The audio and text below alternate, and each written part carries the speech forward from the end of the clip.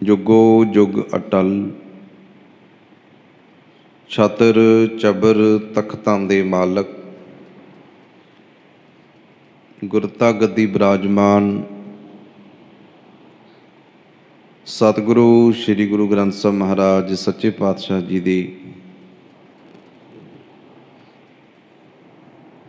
पावन ते पवित्र गोद का आनंद लै रहे सतसंगी जनों, गुरु साहब जी ने महान कृपा की है। अज दे पावन श्री मुखवाक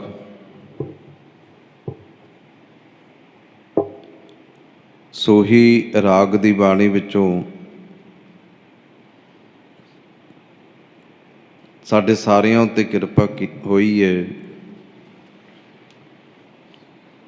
धन धन श्री गुरु नानक देव महाराज साहब जी अज दे पावन वचनों द्वारा कई तरीकों दे नाल समझाउण दा यतन करते हैं कि इस दुनिया विच असल मित्र उही है जिहड़ा सदा नाल चलदा रहे। इत्थों तुरन वेले भी जिहड़ा कहंदे नाल जावे उही असल मित्र है।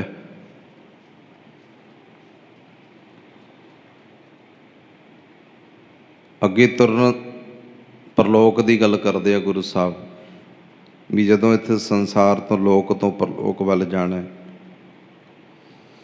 उदों किहड़ा मित्र नाल जाएगा। लोक दे विच तां सारे साथी ने सारे मित्र ने पर इत्थों जाण लग्गियां असल मित्र कौन है। इस बाबत गुरु साहब जी साडे उत्ते कृपा करदे है।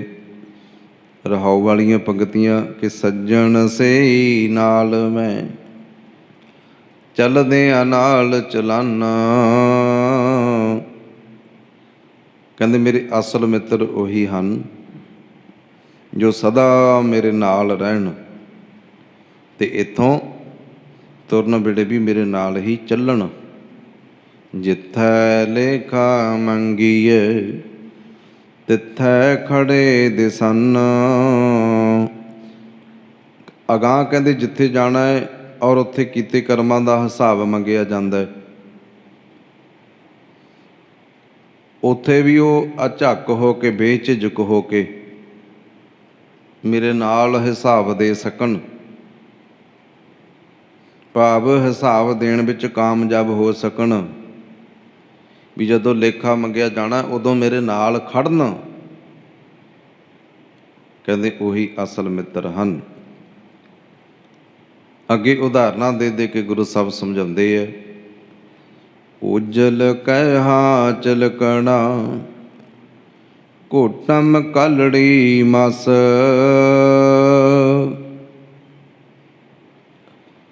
कहते मैं कैं दा साफ लिसकमा भांडा, एक कैं दा भांडा हुंदा, उहनूं साफ कीता घसाया ते उस दे विचों घोटम कालड़ी मस। मस दा मतलब है स्याही। कालड़ी कहंदे ने काली नूं भी थोड़ी थोड़ी काली। कहंदे थोड़ी जही काली उहदे विचों स्याही लग गई। धोतिया झूठ ना उतर जे 100 धोवां तिस। जे मैं 100 बारी भी उस कहंदे भांडे नूं धोवां साफ करां तां भी कहंदे बाहरों धोण नाल उस दी अंदरली झूठ, उस दी अंदरली कालख, उस दी अंदरली स्याही दूर नहीं हुंदी।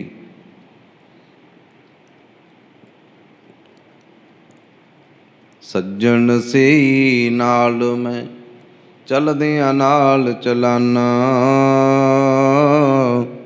जिथै लेखा मंगीए तिथै खड़े दिसन। कहंदे उही असल सज्जण मित्र ने जिहड़े जदों लेखा मंगिया जांदा नाल खड़दे, जिहड़े इत्थों नाल जांदे। कोठे मंडप माड़ियां पासों चित बिया। कोठी मंडप, मंडप कहंदे ने मंदिर नूं। ਪਾਸੋਂ ਚਿੱਤ ਵੀ ਆ ਜਿਹੜੇ ਕਹਿੰਦੇ ਘਰ ਮੰਦਰ ਮਹਿਲ ਚੌਹਾਂ ਪਾਸਿਆਂ ਤੋਂ ਤਾਂ ਚਿੱਤਰੇ ਹੋਏ ਹੋਣ, ਸਿੰਗਾਰੇ ਹੋਏ ਹੋਣ, ਲਿਪੇ ਪੋਚੇ ਹੋਏ ਹੋਣ। ਢੱਠੀਆਂ ਕੰਮ ਨ ਆਵਨੀ ਵਿੱਚੋਂ ਸਖਣੀਆਂ, ਪਰ ਅੰਦਰੋਂ ਖਾਲੀ ਹੋਣ, ਕਹਿੰਦੇ ਉਹ ਢਹਿ ਜਾਂਦੇ। ਜਿਵੇਂ ਮਕਾਨ ਬਣਾਏ ਜਾਂਦੇ ਆ, ਜਿਨ੍ਹਾਂ ਮਕਾਨਾਂ ਦੇ ਵਿੱਚ ਜੀ ਵਸਦੇ ਹੈ, ਰਹਿائش ਹੈ, ਕਹਿੰਦੇ ਉਹ ਵਧੀਆ ਰਹਿ ਜਾਂਦੇ ਆ। ਜਿਨ੍ਹਾਂ ਦੇ ਵਿੱਚ ਰਹਿائش ਨਾ ਹੋਵੇ ਉਹ ਫਿਰ ਢਹਿ ਜਾਂਦੇ ਆ, ਖੋਲੇ ਬਣ ਜਾਂਦੇ। ਇਸੇ ਕਰਕੇ ਕਹਿੰਦੇ ਆ ਵੀ ਜਿਹੜੇ ਅੰਦਰੋਂ ਖਾਲੀ ਹੈ ਉਹ ਢਹਿ ਜਾਂਦੇ ਨੇ, ਢੱਠੇ ਹੋਏ ਕਿਸੇ ਕੰਮ ਨਹੀਂ ਆਉਂਦੇ।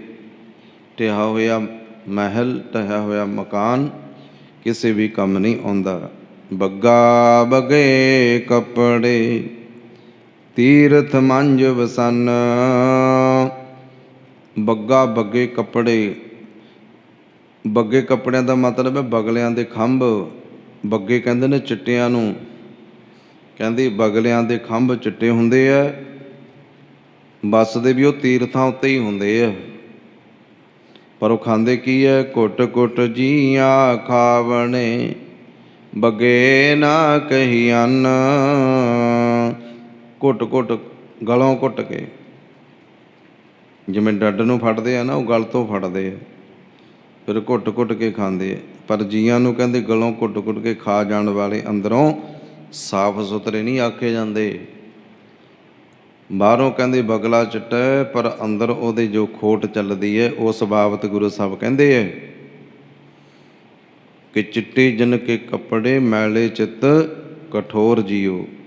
ਕਹਿੰਦੇ ਜਿਨ੍ਹਾਂ ਦੇ ਚਿੱਟੇ ਕੱਪੜੇ ਅੰਦਰੋਂ ਚਿੱਤ ਕਾਲੇ ਹੈ, ਮਨ ਕਾਲੇ ਹੈ, ਉਹਨਾਂ ਦੇ ਬਾਬਤ ਕਹਿੰਦੇ ਆ ਵੀ ਬੱਗਾ ਭਾਵੇਂ ਬਾਹਰੋਂ ਚਿੱਟਾ ਹੈ ਪਰ ਅੰਦਰ ਉਹਦੇ ਮੈਲ, ਅੰਦਰੋਂ ਜੀਆਂ ਨੂੰ ਖਾਣ ਦੀ ਜਿਹੜੀ ਉਹਦੇ ਅੰਦਰ ਵਿਕਾਰ ਹੈ ਉਹ ਦੂਰ ਨਹੀਂ ਹੁੰਦਾ। ਜਿਵੇਂ ਸਿਮਲ ਰੁੱਖ ਸਰੀਰ ਮੈਂ ਜਨ ਦੇਖ ਭੁਲਨ, ਜਿਵੇਂ ਕਹਿੰਦੇ ਸਿੰਬਲ ਦਾ ਰੁੱਖ ਹੈ, ਸਿੰਬਲ ਹੈ ਤਿਵੇਂ ਜਿਵੇਂ ਸਰੀਰ ਸਿੰਬਲ ਦੇ ਫਲਾਂ ਨੂੰ ਵੇਖ ਕੇ ਜਾਨਵਰ ਤੋਤਾ ਭੁਲੇਖਾ ਖਾ ਜਾਂਦਾ ਹੈ ਕਿ ਸੋਹਣੇ ਫੁੱਲ ਨੇ, ਪਰ ਕਹਿੰਦੇ ਫਲ ਫਿੱਕੇ ਫੁੱਲ ਬੱਕ ਬੱਕੇ ਕੰਮ ਨਾ ਆਵੇ ਪੱਤ। ਸਿੰਬਲ ਰੁੱਖ ਦੇਖਣ ਨੂੰ ਬੜਾ ਸੋਹਣਾ ਲੱਗਦਾ ਹੈ, ਇੱਦਾਂ ਹੀ ਚਿੱਟੇ ਕੱਪੜਿਆਂ ਵਾਲਾ ਕਹਿੰਦੇ ਵੇਖਣ ਨੂੰ ਤੇ ਸੋਹਣਾ ਲੱਗਦਾ ਹੈ, ਪਰ ਅੰਦਰ ਚਿੱਤ ਕਠੋਰ, ਅੰਦਰੋਂ ਕਠੋਰ ਹੈ, ਅੰਦਰੋਂ ਚਿੱਤ ਮੈਲਾ ਹੈ। ਅਤੇ ਉਸ ਬਾਬਤ ਗੁਰੂ ਸਾਹਿਬ ਕਹਿੰਦੇ ਆ ਵੀ ਜਿਵੇਂ ਸਿੰਬਲ ਦਾ ਰੁੱਖ, ਉਹਨੂੰ ਵੇਖ ਕੇ ਜਾਨਵਰ ਪੰਛੀ ਦੌੜ ਕੇ ਆਉਂਦਾ ਹੈ, ਪਰ ਜਦੋਂ ਆ ਕੇ ਉਹਦੇ ਫਲਾਂ ਨੂੰ ਫੁੱਲਾਂ ਨੂੰ ਚੱਖਦਾ ਹੈ ਅਤੇ ਉਹ ਫਲ ਫਿੱਕੇ, ਫੁੱਲ ਜਿਹੜੇ ਉਹਦੇ ਬੱਕ ਬੱਕੇ ਹੁੰਦੇ ਹੈ। ਫਿਰ ਉਹਦੀ ਬਾਬਤ ਗੁਰੂ ਸਾਹਿਬ ਕਹਿੰਦੇ ਆ ਵੀ ਨਾ ਉਹਦੇ ਫੁੱਲ ਕੰਮ ਆਉਂਦੇ ਆ, ਨਾ ਉਹਦੇ ਪੱਤੇ ਕੰਮ ਆਉਂਦੇ ਆ, ਨਾ ਉਹਦੇ ਫਲ ਕੰਮ ਆਉਂਦੇ ਆ, ਕਿਸੇ ਕੰਮ ਨਹੀਂ ਆਉਂਦੇ ਅਤੇ ਆਉਣ ਵਾਲੇ ਭੁਲੇਖਾ ਖਾ ਜਾਂਦੇ ਆ। ਸੇ ਫਲ ਕੰਮ ਨ ਆਵਨੀ ਤੇ ਗੁਣ ਮੈਂ ਤਨ ਹਨ, ਕਹਿੰਦੇ ਸਿੰਬਲ ਦਾ ਉਹ ਫਲ ਤੋੜਿਆ ਪਤਾ ਲੱਗਦਾ ਵੀ ਉਹ ਫਿੱਕਾ ਹੈ। ਇੱਦਾਂ ਹੀ ਕਹਿੰਦੇ ਉਹ ਤੋਤਿਆਂ ਦੇ ਕੰਮ ਨਹੀਂ ਆਉਂਦੇ। ਇਹੋ ਜਿਹੇ ਗੁਣ ਮੇਰੇ ਸਰੀਰ ਵਿੱਚ ਨੇ ਜਿਹੜੇ ਉਹ ਗੁਰੂ ਨਹੀਂ ਨਿਭਾਉਂਦੇ। ਇਹ ਔਗਣ ਜਿਹੜੇ ਹੈ ਸਾਧ ਸੰਗਤ, ਇਹ ਮਨੁੱਖ ਨੂੰ ਪਰਮਾਤਮਾ ਤੋਂ ਦੂਰ ਕਰਦੇ ਹੈ। ਇਸੇ ਕਰਕੇ ਗੁਰੂ ਸਾਹਿਬ ਕਿਰਪਾ ਕਰਦੇ ਆ ਕਿ ਸਿੰਬਲ ਰੁੱਖ ਦੇ ਸਰੀਰ ਵਾਂਗ, ਰੁੱਖ ਵਾਂਗ ਆਪਣਾ ਸਰੀਰ ਨਾ ਬਣਾ ਕੇ ਰੱਖ ਲਈ ਕਿ ਤੇਰੇ ਤੋਂ ਲੋਕ ਭੁਲੇਖਾ ਖਾ ਜਾਣ। ਇਸੇ ਬਾਬਤ ਗੁਰੂ ਸਾਹਿਬ ਕਹਿੰਦੇ ਆ ਕਿ ਅੰਧਲੇ ਭਾਰ ਉਠਾਇਆ ਡੂੰਗਰ ਬਾਟ ਬਹੁਤ, ਵੀ ਮੈਂ ਅੰਨੇ ਨੇ ਸਿਰ ਉੱਤੇ ਵਿਕਾਰਾਂ ਦਾ ਭਾਰ ਚੁੱਕਿਆ ਹੋਇਆ। ਅਗਾਂਹ ਮੇਰਾ ਜਿਹੜਾ ਜੀਵਨ ਪੰਧ ਹੈ, ਜੀਵਨ ਦਾ ਜਿਹੜਾ ਰਸਤਾ ਹੈ, ਇਹ ਬੜਾ ਪਹਾੜੀ ਰਸਤਾ ਹੈ, ਭਾਵ ਵੀ ਕਠੋਰ ਰਸਤਾ ਹੈ। ਅੱਖੀਂ ਲੋੜੀ ਨਾਲ ਹਾਂ ਚੜ ਲੰਘਾ ਕਿਤ, ਅੱਖਾਂ ਨਾਲ ਭਾਲਿਆ ਮੈਂ ਰਾਹ, ਇਹ ਖਹਿੜਾ ਲੱਭ ਨਹੀਂ ਸਕਦਾ ਕਿਉਂਕਿ ਅੱਖਾਂ ਹੀ ਨਹੀਂ ਹਨ। ਇਸ ਹਾਲਤ ਵਿੱਚ ਕਹਿੰਦੇ ਕਿਸ ਤਰੀਕੇ ਨਾਲ ਪਹਾੜੀ 'ਤੇ ਚੜ੍ਹ ਕੇ ਮੈਂ ਪਾਰ ਲੰਘਾਂ, ਉਹ ਕਿਹੜਾ ਯਤਨ ਕਰਾਂ जिस यतन दे नाल इस संसार समुंदर पहाड़ी रूप संसार दे विचों लंघिया जा सके। चाकरियां चंगियाइयां अबर सियाणप कित, चाकरियां लोकां दियां खुशामदां, चंगियाइयां बाहरले विखावे करने। गुरु साहब कहते हैं भी पहाड़ी रस्ते वर्गे विखड़े पंध विचों जीवन विचों पार लंघण लई दुनिया दे लोकां दियां खुशामतां, लोक विखावे ते चलाकियां कहते किसे काम नहीं आ सकदियां। नानक नाम संभाल तूं बुद्धा छुटै जित, परमात्मा दा नाम अपने हिरदे विच सांभ के रख। हे नानक माया दे मोह विच बझा होया तूं इस नाम सिमरन दे राही मोह दे बंधनां तो खलासी पा लवेंगा। परमात्मा दे नाम ने मोह दे बंधनां तो खलासी पाउणी है, नहीं तो जिंदगी भर भावें खुशामदियां करता रहे, लोकां दियां खुशामदियां लोक विखावे करता रहे, चलाकियां करता रहे। गुरु साहब कहते हैं ये किसी काम नहीं आउणियां। आओ गुरु कृपा करन साडे सारिਆਂ उत्ते मेहर भरिਆ हथ रखन। लोक सुखीए परलोक सुहेले, नानक हर प्रभ आपे मेले। नानक नाम चढ़दी कला तेरे भाणे सरबत दई भला। वाहिगुरु जी का खालसा वाहिगुरु जी की फतेह।